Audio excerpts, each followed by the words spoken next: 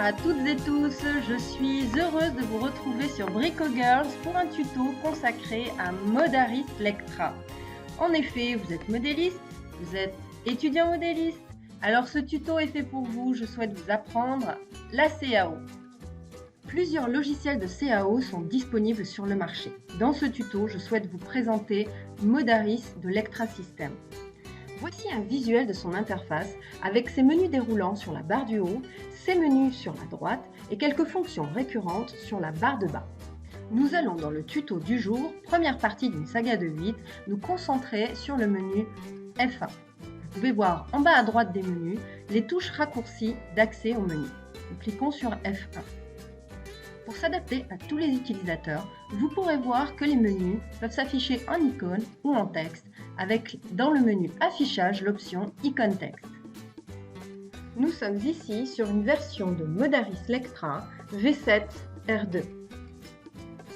Commençons par la fonction fichier nouveau pour nommer un modèle. Il suffit donc de lui donner un nom dans la petite fenêtre qui s'affiche en haut à gauche. Ensuite, grâce au menu affichage, nous allons afficher le cartouche de la feuille modèle qui s'affiche à l'écran. Continuons avec le menu feuille, nouvelle feuille, afin de pouvoir avoir une feuille de travail. Suite à quoi, nous pouvons ranger le bureau. Et oui, avec Lectra, vous pouvez organiser votre bureau comme bon vous semble. Ensuite, nous allons créer une variante dans le menu F8. La variante est le rassemblement de toutes les pièces du modèle.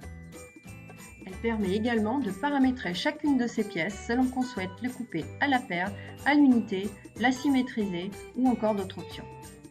Ainsi, vous voyez à l'écran les 3 types de feuilles nécessaires à Modaris pour fonctionner et créer un modèle. La feuille modèle correspond tout simplement à notre fichier MDL. La feuille pièce correspond à notre fichier .ibar. Il en existe une pour chaque élément du patronage. Quant à la variante, elle regroupe tous les patronages. Vous pouvez voir donc en haut que je déroule petit à petit les menus afin de vous faire visiter l'outil par avance. Je vous expliquerai toutes les fonctions au fil de l'eau du tuto. Pour commencer, comme promis, nous allons nous attaquer au menu F1 qui correspond au menu de création de nos pièces. C'est parti! Découverte de ce menu. Je vous ai mis icône texte en parallèle afin que vous puissiez mémoriser au fil de l'eau les fonctions, les raccourcis clavier et les icônes. Pour ne pas répéter systématiquement clic gauche, clic droit, je vous ai mis un petit visuel du clic gauche qui sera rouge et du clic droit qui sera jaune. Commençons donc avec la fonction droite du menu F1. Puis, vous verrez dans chaque menu qu'il y a un petit diamant W en haut à droite des menus. Ceci pour sélectionner les options contraintes ou sans contrainte ou d'autres options selon les fonctions. Vous voyez ici une parallèle sans contrainte et une parallèle avec contrainte. La parallèle orange et la parallèle avec contrainte. Elle est complètement liée à la première ligne tracée. L'autre parallèle est complètement indépendante. Voici une des grosses différences avec Modaris Expert et Modaris Non Expert. Voici à présent la Bézier. C'est une ligne qu'on utilise énormément dans le menu de création. Elle permet de faire des droites avec point courbe, déjà préformées, ou des droites avec point courbe, avec des angles. L'une se fait avec Shift, l'autre se fait sans Shift. À présent, voyons la droite semi-circulaire. En toute honnêteté, c'est une droite que je n'utilise jamais, mais il est toujours bon de comprendre et de savoir comment on la fait. Elle fonctionne de la même manière que la Bézier, en fonction de si l'on souhaite avoir des angles bien ronds ou bien des angles pointus. En cliquant sur la fonction point courbe, vous pouvez voir apparaître des petites croix rouges sur les courbes ou des croix blanches sur les autres lignes. Ceci correspond aux points de courbe que l'on peut modifier. En affichant les poignées qui sont entourées à l'écran, vous pouvez modifier chaque orientation de courbe en fonction de ce que vous souhaitez. Grâce à la fonction modifier du menu F3, vous pouvez modifier l'orientation de chacune des poignées. Sur les points blancs, on peut modifier chaque poignée individuellement. Sur les points rouges, on modifie la poignée dans son intégralité. Il existe toutefois la possibilité de modifier la poignée du point courbe rouge d'un côté ou de l'autre de façon individuelle avec Shift. Passons maintenant à la fonction axe du menu F1, fonction très importante pour experts. C'est un axe qui permet de symétriser avec la fonction symétriser que nous voyons juste après. Nous pouvons symétriser n'importe quel objet de façon contrainte ou non contrainte. Vous allez voir à l'écran une symétrie avec contrainte et une symétrie sans contrainte. La conséquence, c'est qu'avec la fonction modifier, vous pouvez voir que sans contrainte, on modifie un côté, l'autre ne se modifie pas, alors qu'avec contrainte, quand on modifie un côté, l'autre se modifie aussi. Voici tout l'intérêt d'Expert. Avec donc la fonction symétriser avec contrainte, vous voyez par exemple sur une courbe, on ne voit pas les points courbes apparaître de l'autre côté, ainsi que les points d'extrémité de courbe. C'est pas grave, la courbe répond de toute façon à la symétrie avec contrainte. Passons maintenant à la fonction dupliquer. Cette fonction permet de dupliquer un objet dans son intégralité par un simple clic. Cependant, il n'est pas possible de garder la dépendance avec dupliquer. On coupe la contrainte. Cette fonction est donc à utiliser avec précaution. Si je reprends la fonction modifier, vous voyez donc à l'écran que les objets qui ont été dupliqués ne sont absolument pas symétriques. Passons donc à la fonction division de séquence.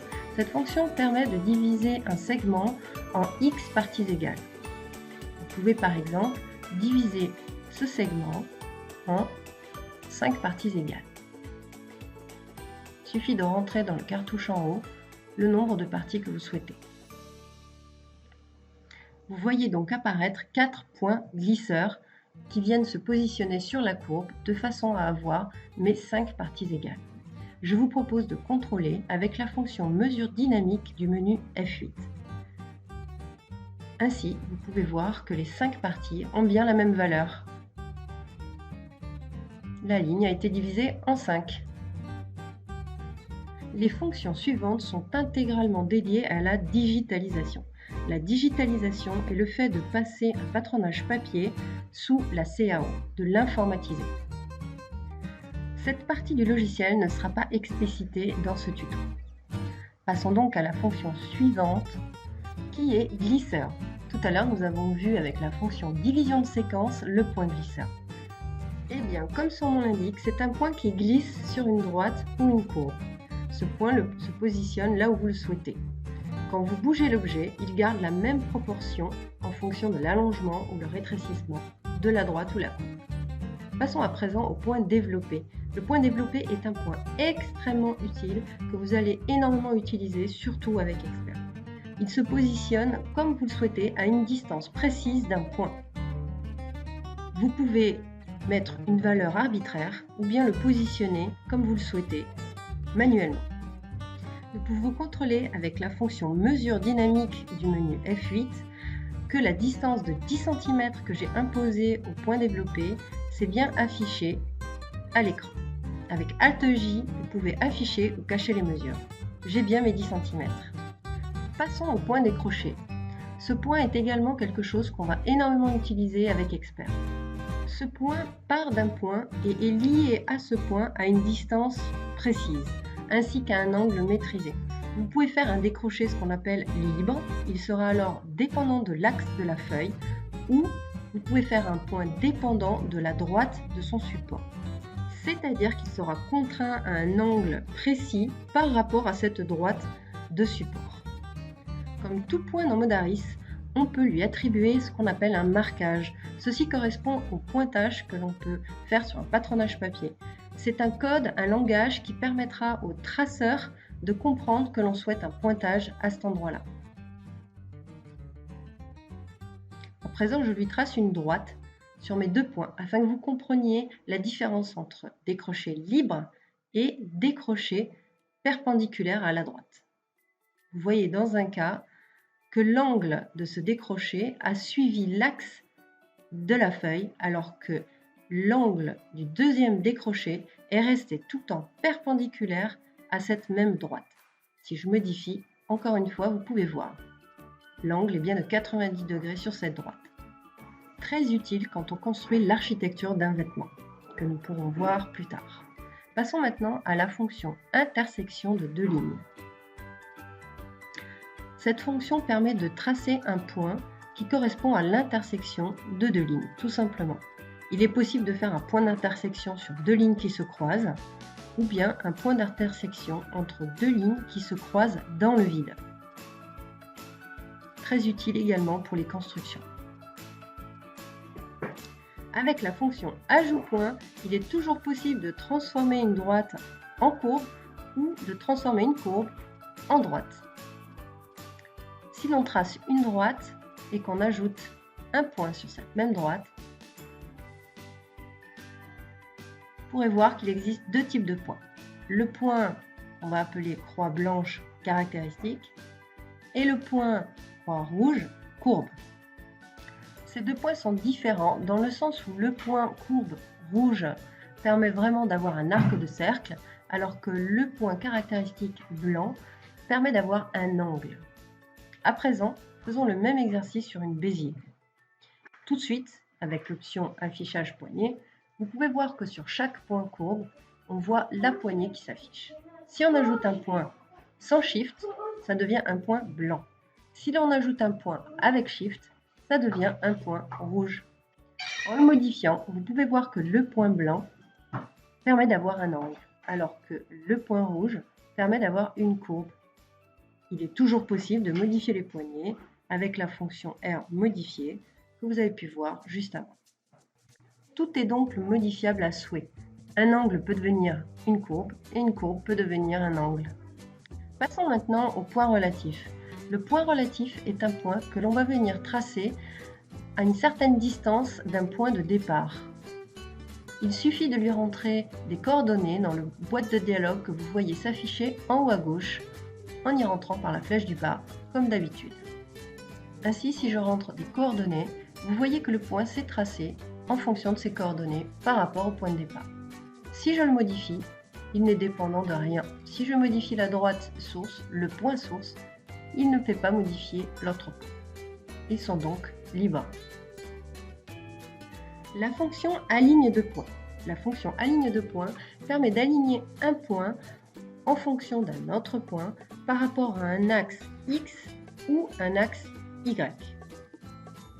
Mon point s'est aligné sur le même axe horizontal que le premier point. Dans le deuxième cas, je suis sur un axe vertical. Passons à présent à la fonction aligne de points.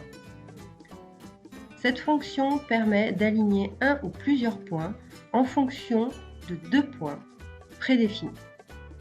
Cette fonction est donc complémentaire à la précédente puisqu'elle ne dépend pas de l'axe horizontal ou vertical. Passons à la fonction division. Cette fonction est un peu le pendant de l'autre fonction que nous avons vue tout à l'heure, division de séquence. Celle-ci va nous permettre de diviser un espace prédéfini entre 2 points en fonction d'un nombre d'espaces souhaités. Dans cet exemple, j'ai voulu diviser en 10 espaces, ce qui m'a créé 9 points. Ces 9 points créés sont libres et indépendants de leurs 2 points d'origine. Et voilà, nous sommes enfin arrivés au bout de ce premier tuto Apprendre Lectra Modaris Expert, menu F1. Si vous avez bien suivi, alors vous aurez retenu tous les raccourcis clavier et toutes les fonctions découvertes aujourd'hui. En tout cas, je l'espère pour la suite. À très vite pour le prochain tuto avec Brico Girl. Ciao ciao!